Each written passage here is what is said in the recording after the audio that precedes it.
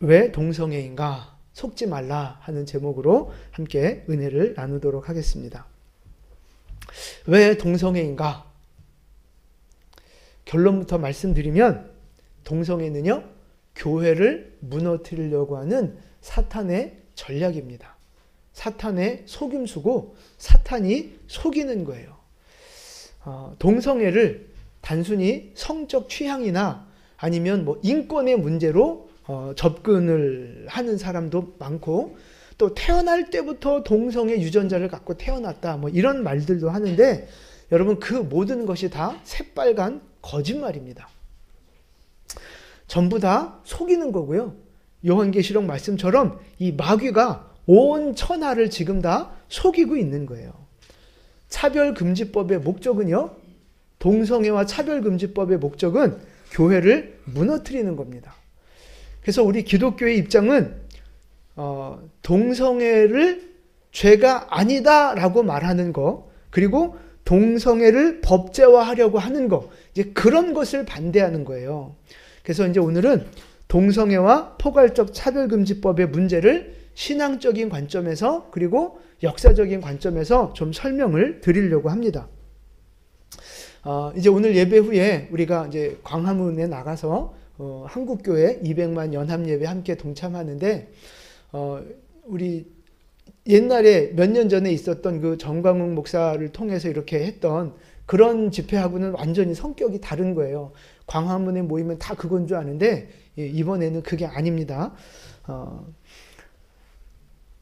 한국교회가 모여서 악법 저지를 위해서 기도하고 이 나라 이 민족의 그 영적인 회복을 위해서 기도하자는 기도운동이기 때문에 가능하면 모든 분들이 함께 동참해 주시고, 거기 현장에 참여하기 어렵다면 유튜브로라도 유튜브 100만도 하는 것이 우리의 그 목표 중에 하나거든요. 그러니까 여러분 그렇게 아시고 함께 좀 마음을 모아주셨으면 좋겠어요. 자, 그래서 두 가지 관점에서 오늘 동성애와 차별금지법에 대한 말씀을 드릴 건데, 첫 번째 신앙적인 관점에서 동성애는요, 성경이 분명히 죄라고 정죄하고 있어요. 이제 그렇다고 해서 우리가 교회가 동성애자들을 혐오한다거나 배척한다거나 그러지 않습니다. 우리 예수 믿는 사람 중에 누가 동성애자를 혐오하고 배척하는 사람 누가 있어요? 동성애 하는 분들이 만약에 교회 오면 어떻게 해야 돼요? 받아줘야죠. 술 먹은 사람이 교회 오면 어떻게 해요? 받아줘야죠. 사기친 사람이 교회 오면 어떻게 해요? 받아줘야죠. 근데 계속 사기치고 살아라 이렇게 말해요? 계속 술 마시고 살아라 이래요? 그건 아니잖아요. 그게 죄고 잘못된 걸 가르쳐주면서 회개하게 하고 구원으로 이끌어주는 게 교회의 역할 아니에요? 동성애도 마찬가지인 거예요. 받아줘야죠. 그런데 그것은 죄니까 그걸 끊고 회개하고 구원과 축복을 누리자고 돕고 섬기는 거, 그게 바로 교회가 하는 역할이다 이 말이에요. 그들을 불쌍히 여기고 돕는 것이 교회의 역할이고 그게 바로 복음이에요. 복음. 근데 우리가 교회에서 특별히 동성애를 집중하는 이유가 있어요. 그게 뭐냐 하면, 동성애는 다른 죄들하고 좀 다른 게 있는데, 그게 뭐냐 하면 하나님의 창조 질서를 정면으로 대적한다는 데 문제가 있어요. 하나님이 이 세상을 창조하실 때, 우리 인간을 창조하실 때 남자와 여자로 창조하셨어요. 양성이라고 해요. 남자와 여자. 그리고 한 남자와 한 여자가 만나서 가정이라고 하는 거룩한 공동체를 세우는 것이 하나님의 뜻이고, 그것이 창조 원리고 창조 질서인 거예요. 그러니까 하나님이 세우신 최초의 공동체가 가정인 거고요. 또 하나 세우신 거룩한 공동체가 바로 교회예요. 교회. 그러니까 하나님이 직접 세우신 공동체가 두 개 있다고요. 가정과 교회예요. 근데 동성애의 문제가 뭐냐면 가정을 깨트리고 교회를 깨트리는 거예요. 그러니까 하나님이 세우신 거룩한 공동체 두 개를 완전히 깨트리는 게 바로 동성애라 이 말입니다. 그래서 간사님 이제 화면 좀 보여주세요. 제가 말씀드리면 그거 따라서 그냥 보여주시면 돼요. 같이 읽어볼까요? 시작.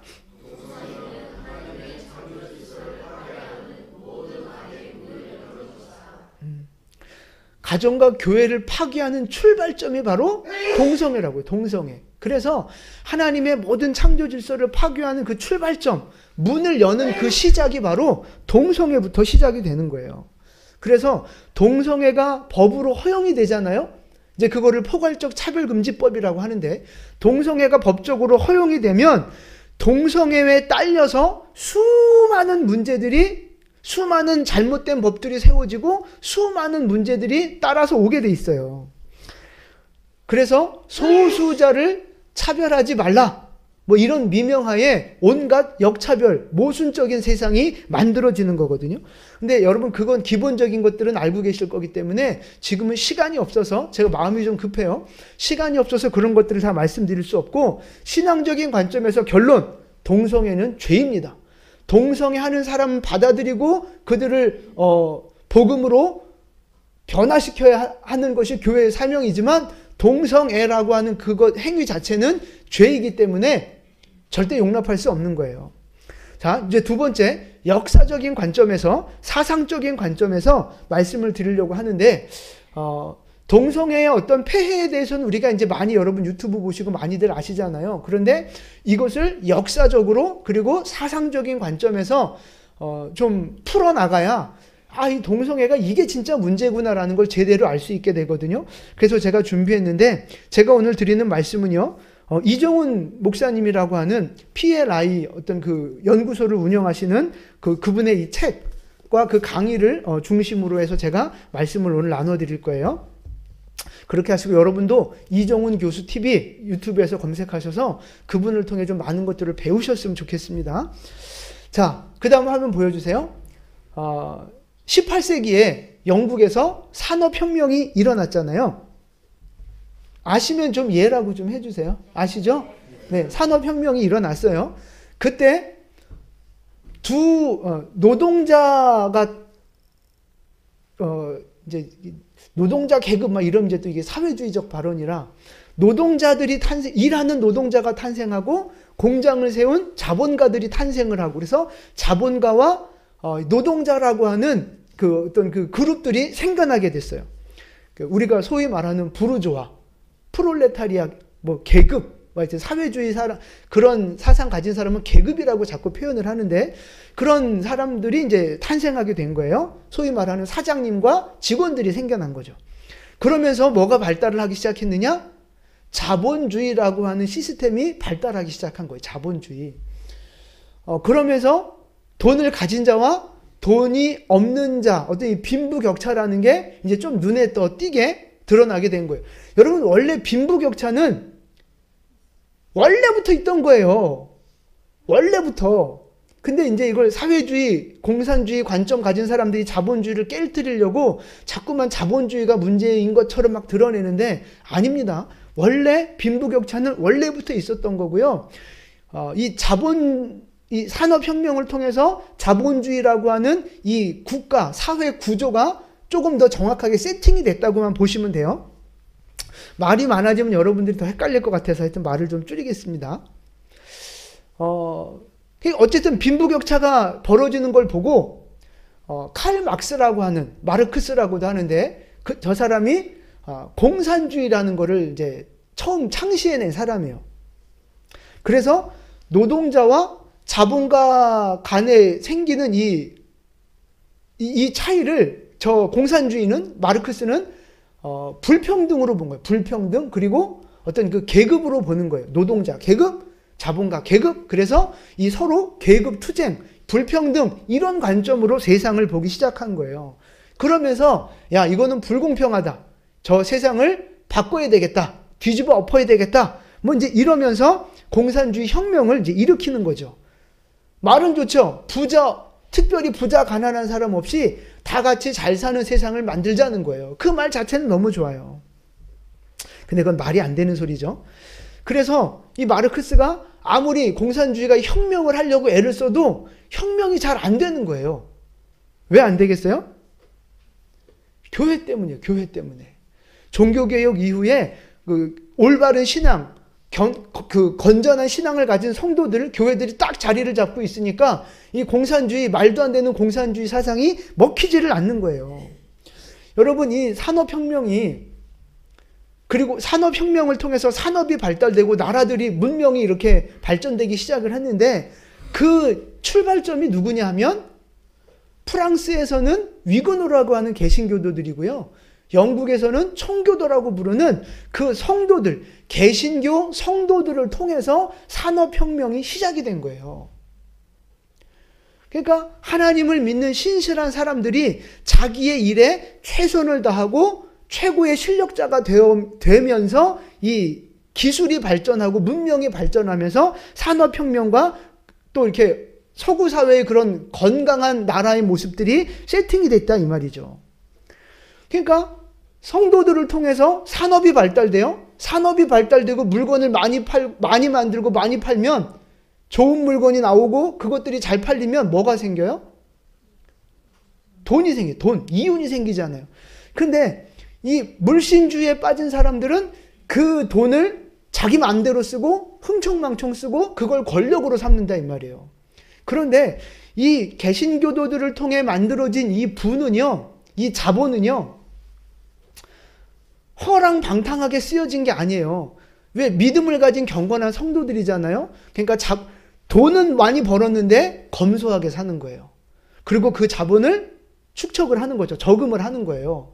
그러면서 그거를 사회에다가 환원을 하고 아니면 재투자를 해서 더 좋은 기술, 더 좋은 세상을 만들어 가는데 이 개신교도들이, 우리 교회들이 헌신을 하기 시작한 거죠. 그러면서 이 자본주의라고 하는 시스템이 그러면서 제대로 만들어지기 시작한 거예요. 그러니까 이 자본주의라는 게 교회, 이 기독교에서 바탕을 두고 시작이 됐다 이 말입니다. 자본주의, 그럼 굉장히 나쁜 이미지로 우리는 교육을 많이 받았는데 절대 그런 게 아니라 이 말이에요. 그러니까 돈을 권력 삼은 자본주의는 잘못된 거죠. 그러나 돈이 있어도 검소하게 쓰고 그거를 재투자하고 사회에 환원하는 이 선순환을 일으키는 자본주의는요, 교회에서 나온 거예요. 우리 성도들이 이런 자본주의적인 개념, 금융 시스템에 대한 이해가 있으셔야 된다 이 말입니다. 그래서 어쨌든 공산당의 목표는 뭐냐? 저 자본주의, 저 불평등 계급, 그거를 깨트려야 되는 거거든요. 그거를 깨트리고 모두가 다 잘 사는 세상, 사실은 모두가 다 거지 되는 세상인데 그거를 만드는 게 목표인데 누구 때문에 안 돼요 그게? 교회 때문에 안 되는 거예요. 교회. 그래서 세상을 혁명해서 세상을 혁명해서 공산주의 세상을 만들려면 가장 먼저 누가 없어져야 되느냐? 교회가 없어져야 된다고 생각하는 거예요. 그래서 교회를 파괴하기 위해서 교회를 무너뜨리기 위한 작업을 시작하는데 그 중에 하나가 가장 중요한 것이 바로 성혁명입니다. 성혁명, 성정치라고 하는 거예요. 저 빌헬름 라이히라는 사람이 이제 심리학자인데 저 사람이 성정치, 성혁명의 원조라고 합니다. 그래서 저 사람이 한 말이 저거예요. 같이 읽어볼까요? 인간 해방을 인간이 진짜로 해방되려면 이 성적인 거로부터 완전한 해방을 누려야 한다. 왜 기독교가 이 서구 사회를 붙잡고 있었는데 기독교는 성적인 방종 이거를 용납 안 하잖아요. 거룩, 절제 이거잖아요. 그러니까 이제 그 성을 건들고 치고 들어오는 거예요. 그래서 좌파들이 그 공산주의 사상을 가진 사람들이 성해방을 통해서 교회를 무너뜨리려고 하는데 그 첫 번째 단계 문을 여는 게 뭐냐 하면 바로 동성애라는 거예요. 동성애. 그것도 그 동성애를 법으로 세팅해버리자 이거예요. 그냥 동성애 하세요 이게 아니라 동성애를 법으로 세팅을 해버리는 거예요. 왜 그랬느냐? 사람들이 이 공산주의 이 사상을 가진 사람들이 혁명을 하자고 성으로부터 해방하자고 이렇게 막 이상한 소리를 해대도 기독교 가치관으로 무장되어 있는 사람들이 꿈쩍도 안 하거든요. 이게 먹히질 않는 거야. 그러니까 설득도 안 되고 혁명도 안 되고 힘든 거죠. 그래서 이 좌파가 선택한 방법이 뭐냐면 법을 이용하기로 한 거예요. 법을. 그러니까 여러분 서구 사회는요. 무슨 국가라고 불러요 우리가? 법치국가예요. 선진국가 이런 거 말고 법치국가라고요. 그러니까 법을 세팅해 놓고 그 법에 의해서 나라가 굴러가게 만들어지는 법치국가예요. 여러분, 이 법치국가 개념도 기독교에서 나온 거예요. 하나님이 우리에게 법을 주셨잖아요. 그 법으로 이스라엘 백성들을 다스리셨잖아요. 그 법치의 개념을 이 근대의 그 국가들을 세우면서 거기에 적용을 한 거예요. 그래서 선진국, 서구 사회들이 다 지금 법치국가로 자리를 잡은 거죠. 그러니까 이 교회가, 이 기독교가 이 세상에 미친 영향력은요, 어마어마한 거예요. 그래서 어쨌든 서구 사회는 법치 국가예요. 법이 만들어지면 거기에 다 순종을, 복종을 하게 만들어져 있어요. 그래서 이 동성애 문제를 법으로 딱 세팅을 해놓고 이거 법이야 그러면 어쩔 수 없이 지킬 수밖에 없는 거예요. 법치 국가니까. 그러면서 교회를 무너뜨리고자 하는 것이 이 좌파, 이 공산주의 사상을 가진 사람들의 전략이다 이 말이죠. 그래서 교회가 무너지면 그 다음에 공산주의 세상이 온다. 이제 이런 거예요. 그래서 이 좌파들이 이 목표를 위해서 어떤 그 전략을 짰느냐? 아이들을 공략하는 거예요. 학교를 공략해서 아이들을 세뇌를 시키고 정치계, 정부 권력, 법조계, 사법부 뭐 이런 것들을 장악해 나가는 거예요. 그리고 심지어 교회도 장악하기 시작하는 거예요. 교회도 좌파가 들어오고 소위 말하는 이제 어떤 그 간첩 같은 좌파 사상을 가진 사람들을 신학교로 보내서 목사 되게 만들고 막 이러면서 교회도 좌경화를 시켜버리는 거죠. 그래서 어린 학생들로부터 그 좌경화된 세뇌 교육을 뭐 지금 전교조가 하는 거잖아요. 전교조가. 그 공산주의 사상, 사회주의 사상을 심어주고 얘네들이 잘하면 얘네들을 어디로 보내느냐? 다시 학교로 보내는 거예요. 교사 되게 하는 거죠. 그래서 똑같이 애들 가르치게 하는 거예요. 정치계로 보내는 거예요. 국회의원 되게 만들어서 법을 바꿔버리는 거예요. 법조계로 들어가서 말도 안 되는 부당한 판결을 하게 만들어 버리는 거죠. 법정에서 김일성 장군 만세를 불러도 아무 제지하지 않는 그런 판사들을 만들어내는 거예요. 법을 바꾸고 문화를 바꾸는 거예요. 이게 좌파들이 한 전략이라고요. 법을 바꾸고 문화를 바꾸고. 근데 여러분 이런 작업이 금방금방 되는 거예요? 시간이 오래 걸리는 거예요? 시간이 오래 걸리는 거예요. 그래서 이런 전략을 진지전이라고 하는 말을 써요. 진지전. 진지를 딱 군인들이 이렇게 딱 진지를 쳐놓고 거기서 방어하고 공격하고 상대를 이렇게 상대의 힘을 빼는 것처럼 그 오랜 시간에 걸쳐서 작업을 하는 거죠. 이 진지전이 효과를 발휘했을까요? 먹혀들었을까요? 딱 먹혀들었죠. 제대로 먹혀들었죠. 그래서 지금 미국도 동성애자를 옹호하는 사람들이 절반이고요. 유럽도 지금 다 망가져가고 있고요. 이제 그것이 이제 한국까지 들어와서 이 동성애 문화가 지금 물결이 휩쓸고 있는 거예요. 여러분, 공산주의는 유물론이잖아요. 유물론. 신의 존재를 인정하지 않아요. 종교를 핍박한다고요. 그러니까 그런 사상을 누가 좋아해요? 마귀가 좋아하는 거예요. 그래서 마귀하고 공산주의하고 또 더 나아가서 이슬람하고 이게 다 연합을 하는 거예요. 연합을. 걔네들의 공동 목표는 뭐예요? 기독교를, 교회를 무너뜨리는 거예요. 공산주의가 이슬람을 인정해요? 절대 인정하지 않죠. 그것도 종교인데. 근데 왜 연합을 해요? 교회를 무너뜨리려고요. 악의 축들의 거대한 연합. 그들의 목적은 하나예요. 교회를 무너뜨리려고 하는 거예요. 그래서 교회와 가정 그리고 국가를 무너뜨리려고 하는 사탄의 전략들 뭐 이런 내용들이 있는데 10가지 전략이 있다고 하는데 제가 오늘 7가지만 준비를 해봤어요. 자, 같이 한번 읽어보겠습니다.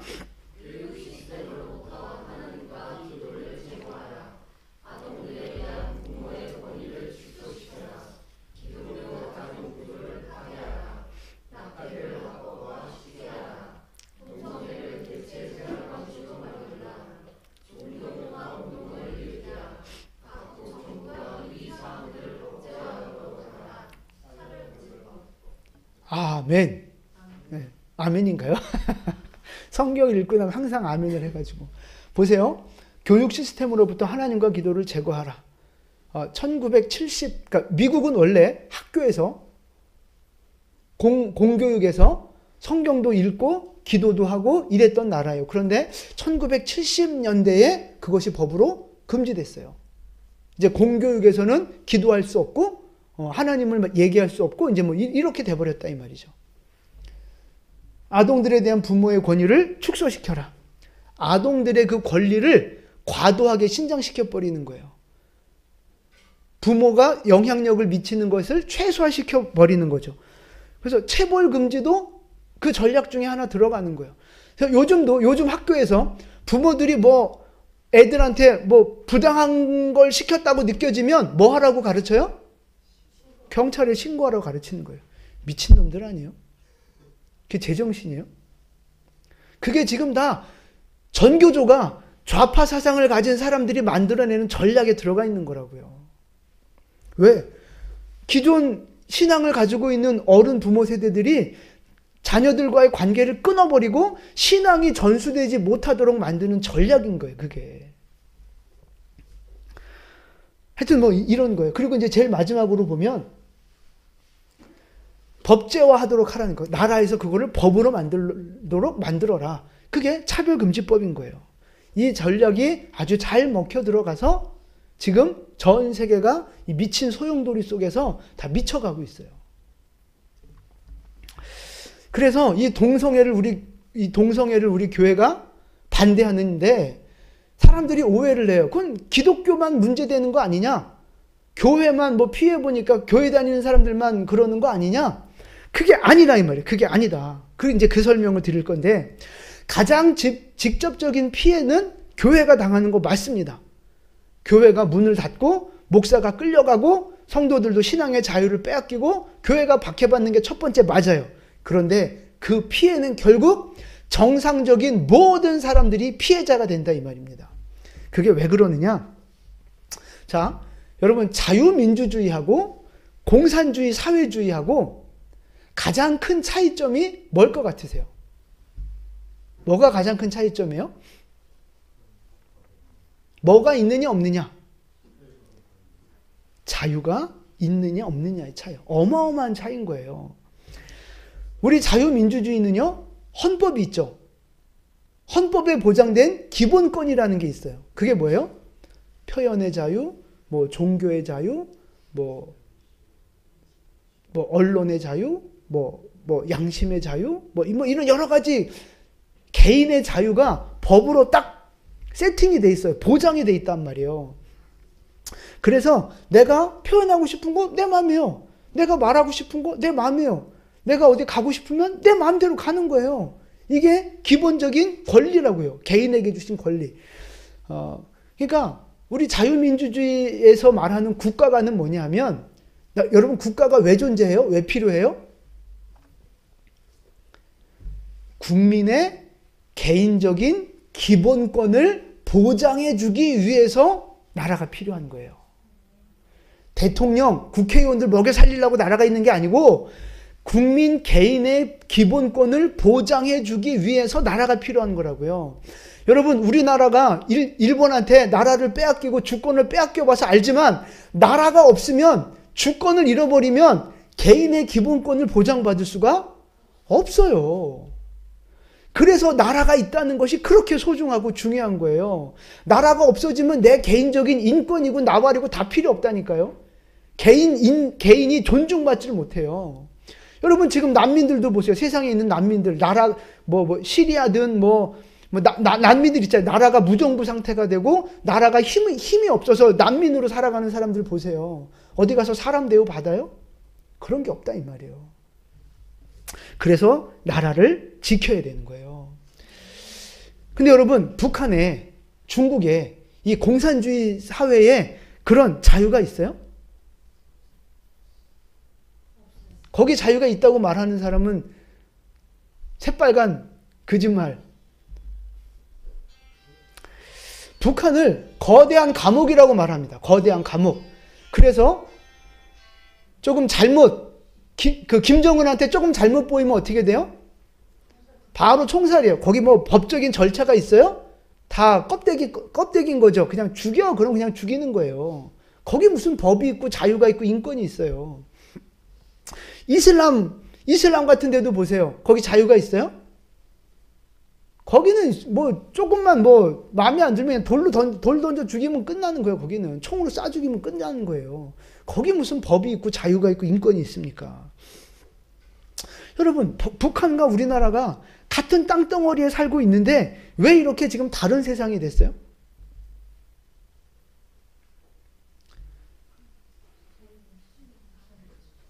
그러니까 헌법 때문에, 헌법. 조금 더 이제 더 나아가면 이제 교회 때문에 그런 건데, 헌법에서 우리나라는 종교의 자유를 보장하고 있다 이 말이에요. 다시 말해서 교회를 다닐 수 있는 자유, 그게 보장이 돼 있어요. 그러니까 종교의 자유, 교회 다닐 수 있는 자유가 보장된 나라에는 자유가 있는 거고요.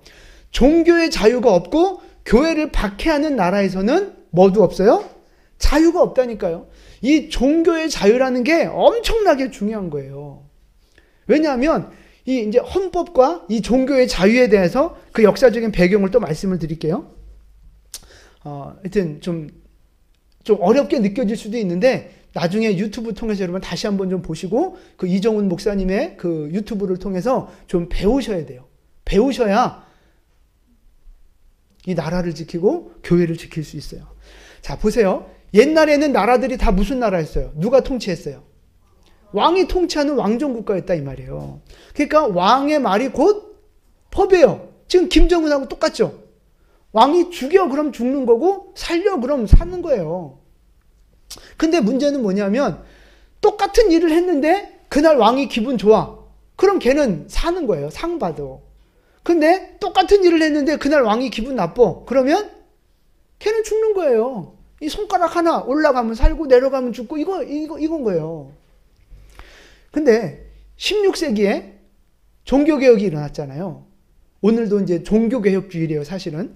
16세기에 종교개혁이 일어났는데, 그러니까 천주교 세상에서 개신교가 딱 등장을 한 거잖아요. 그래서 나는 개신교로 믿고 싶어. 나 천주교 싫고, 나는 성경대로 믿고, 내가 성경 읽고 싶고, 내가 직접 기도하고 싶고, 나 개신교 신앙 따를래. 근데 왕이 너 그거 안 돼. 쟤 죽여. 그럼 그냥 죽는 거고요. 착한 왕이 나타나서 그래 교회 다닐래 다녀. 그러면 괜찮아지는 거예요. 그러니까 어떤 사람이 왕이 되느냐에 따라서 똑같은 교회를 다녀도 어떤 날은 핍박받고 죽고 어떤 날은 열심히 다니라고 응원해주고 이런 일들이 벌어지는 거예요. 이게 맨날 죽었다가 살렸다가 이게 기준이 없는 거예요. 기준이. 그래서 누가 왕이 돼도 손대지 못하도록, 누가 왕이 돼도 함부로 핍박하거나 자기 마음대로 하지 못하도록 딱 법으로 세팅을 해 놓게 된 거, 그게 바로 헌법 정신인 거예요. 헌법, 법치주의, 공화주의, 그게 바로 다 여기에서 나온 거라고요. 근데 이런 제도를 누가 세팅한 거예요? 기독교가, 교회에서 종교 개혁자들이 이걸 세팅해 놓은 거라 이 말이에요. 미국의 그 국부들이 이거를 세팅을 해 놓은 거예요. 미국을 세우면서. 그러면서 지금 이 입헌 정치, 법치주의, 자유민주주의, 이게 지금 이 기독교에서부터 나와서 이렇게 지금 열매를 맺어서 지금 우리 같은 나라, 이렇게 마음 편하게 사는 나라가 지금 만들어졌다 이 말이에요. 그러니까 이 자유주의는요, 자본주의는요, 이 헌법 정치는요, 기독교가 만들어낸 아주 위대한 작품인 거예요. 작품. 그래서 여러분, 한 인간이 인간답게 자유롭게 살려면 뭐가 필요해요? 자유가 필요한 거예요. 자유. 그러니까 우리도 내 마음대로 교회 다니고, 내가 마음대로 선교하고 싶고, 내가 마음대로 하고 싶은 거 하고, 이게 다 자유잖아요. 자유. 우리는 늘 자유를 누리며 살아왔으니까 이게 뭐 당연한 것처럼 그냥 잘 잊고 살아요. 그런데 역사를 보면 그 자유를 얻기 위해서 수많은 사람이 피 흘리고 죽었어요. 그 자유를 위해서. 그래서 자유가 아니면 죽음을 달라 외치면서 죽어간 사람들이 많아요. 자유는 공짜가 아니다. 그런 말도 있잖아요.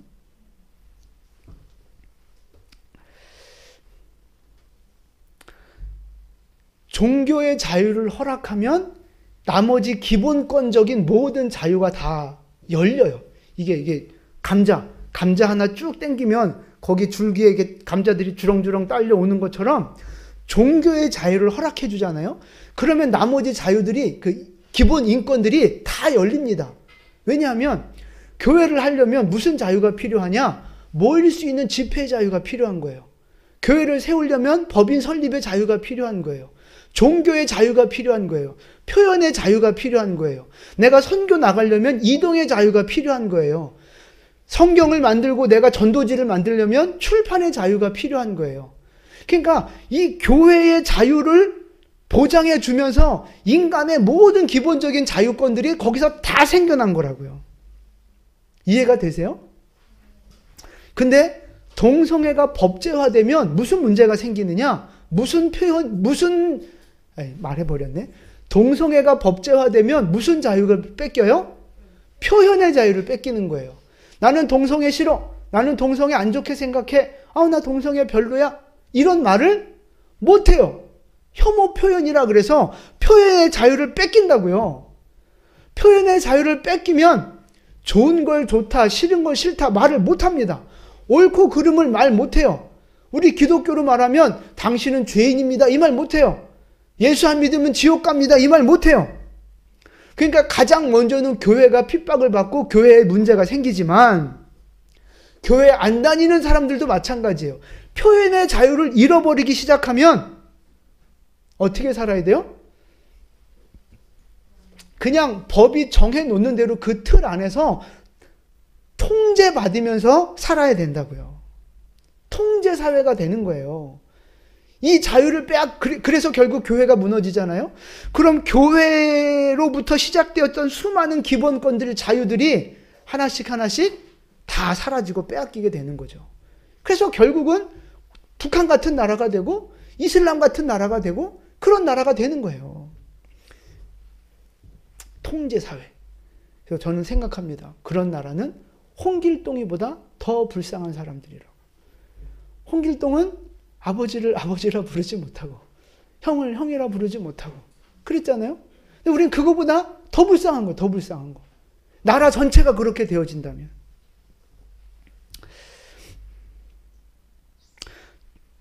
그래서 정리하면 종교의 자유를 보장하면 다른 기본적인 자유가 시리즈로 나오지만 종교의 자유를 억압하면, 다시 말해서 동성애를 법으로 인정해버리면 그 다음에는 규제가 시리즈로 나온다 이 말입니다. 자유를 빼앗기게 되는 거예요. 그래서 토크빌이라고 하는 사람이 프랑스의 정치가였는데 그분이 했던 말을 같이 읽어보겠습니다. 자유는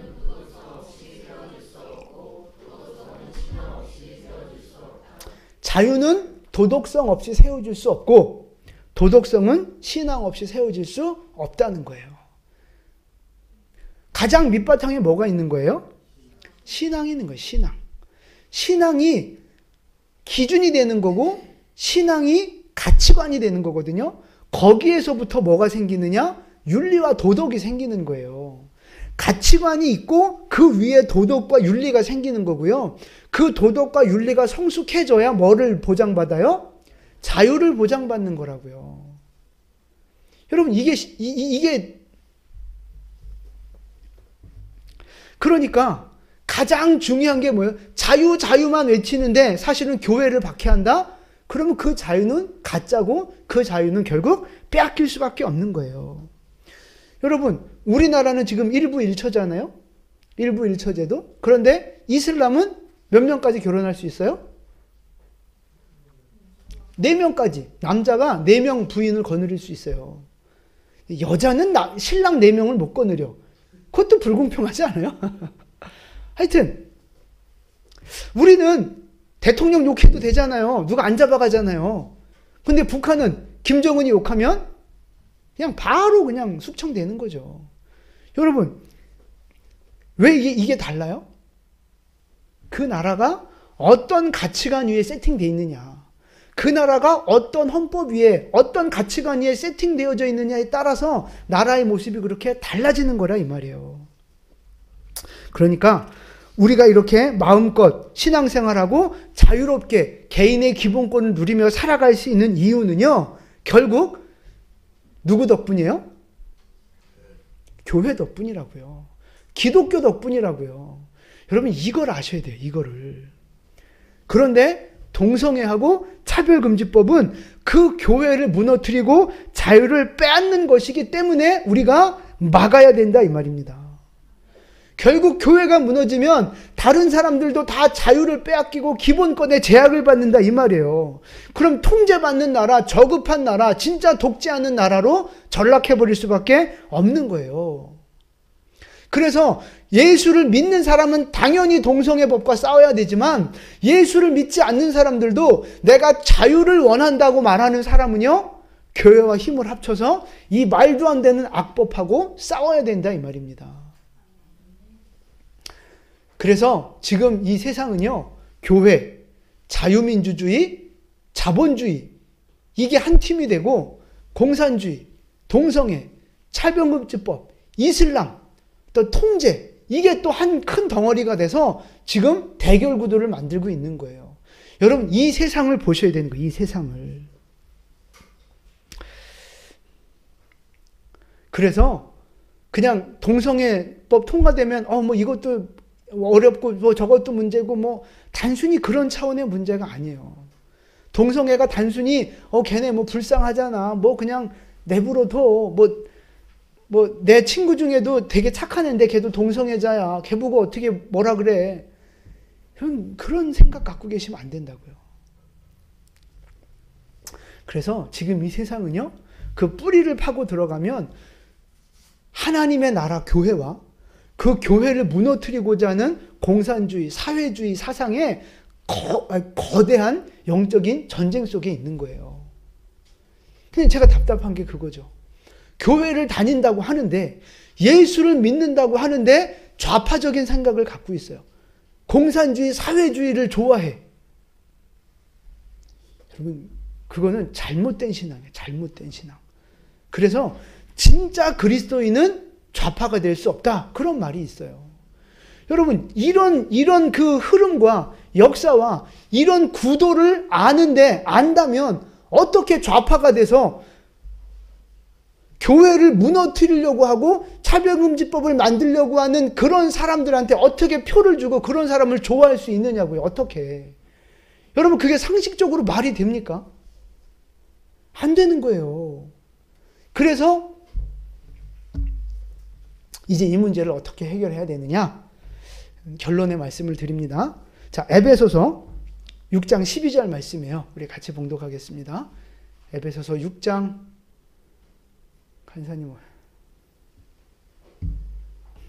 자, 성경을 보세요. 에베소서 6장 12절 성경을 보셔서 같이 읽겠습니다.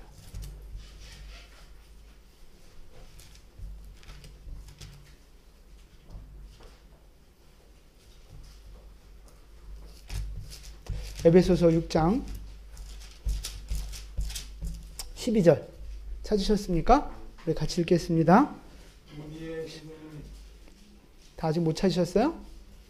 자, 에베소서 6장 12절 시작. 우리의 씨름은 혈과 육을 상대하는 것이 아니요 통치자들과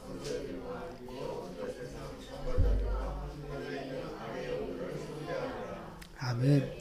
우리가 지금 싸워야 하는 이 차별금지법, 이 동성애 문제는요, 단순히 어떤 인권 문제나 성적 취향의 문제가 아니고요, 영적인 전쟁입니다. 교회를 무너뜨리려고 하는 영적인 전쟁이에요. 그래서 여기에 속지 말아야 한다는 거예요. 그러니까 영적인 전쟁이니까 우리가 무슨 무기로, 무슨 방법으로 싸워야 돼요?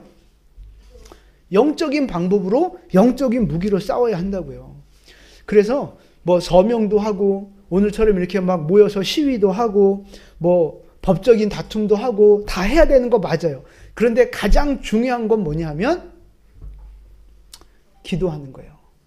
기도와 말씀으로 예배의 회복을 이루고 우리 교회가 복음으로 강력하게, 영적으로 강력해지면 그 배후의 세력은 무너지게 돼 있습니다. 그래서 가장 중요한 것이 우리가 기도로, 말씀으로 예배를 회복해서 정말 생명력 있는 교회, 정말 강력한 교회로 우리 교회가 세워져야 돼요. 그것이 가장 중요한 겁니다. 자, 그 다음에 두 번째는요, 우리도 진지전이라는 방법을 써야 되는 거예요. 진지전. 그러니까 지금 뭐 광화문에 나가서 이렇게 시위 한번 한다고 세상이 바뀌어요? 그렇지 않습니다. 이런 것도 분명히 필요한 거지만 우리도 전략이 필요한 거예요.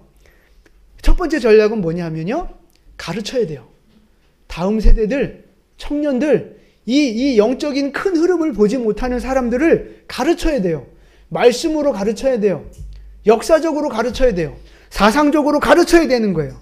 그래서 특별히 예수 믿는 사람들은요, 올바른 사상을 갖고 올바른 역사관을 갖고 이 기독교적인 세계관을 갖고 세상을 바로 바라볼 수 있는 눈을 열어줘야 된다 이 말이에요. 그래서 교회에서 자꾸 그 정치적인, 역사적인, 세상적인 그 어떤 가르침들이 필요해요. 여러분, 제가 지금 드린 말씀들 학교에서 배운 적 있어요? 교회에서 배운 적 있어요? 오히려 지금 시대는 교회에서 막 세상 얘기, 정치 얘기, 막 이런 얘기 하면 은혜가 안 된다고, 경건하지 않다고 입을 막는다 이 말이에요. 여러분, 이 잘못된 이 흐름으로 가고 있는 세상 속에서 학교에서도 지금 교육법이 잘못돼서 전교조가 붙잡고 있어서 학교에서도 올바른 역사와 사상 교육이 안 되고 있어요.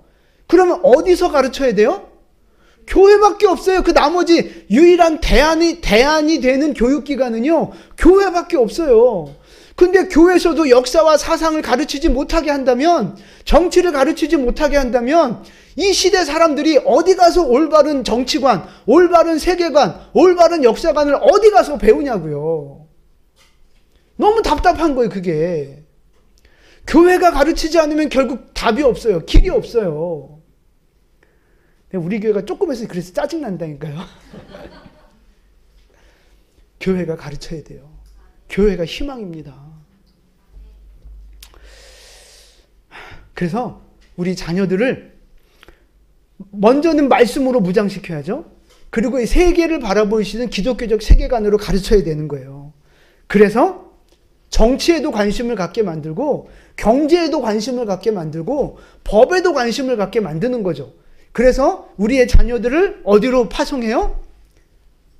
세상으로 보내는 거. 이제 공부 잘하는 애들 뽑아서 학교로 보내고 교사로 보내고 법조계로 보내서 변호사, 판사 그런 사람 만들고 국회의원도 만들고, 우리의 자녀들이 정말 거룩한 믿음의 사람들이 그런 세상의 요직들에 들어가야 그곳에서 거룩한 영향력을 미치면서 그 영역들이, 이 나라가 새로워지고 깨끗해지고 하나님이 축복하시는 나라가 되는 거예요. 우리끼리 밥 먹으면서 차 마시면서 앉아가지고 궁시렁궁시렁 대고 이놈 어떻고 저놈 어떻고 맨날 그거 백날 떠들어봤자 아무 쓸데 없어요. 아무 쓸데 없다고요. 그런다고 세상이 바뀌어요? 세상이 바뀌는 방법은 첫 번째, 기도하는 거고요.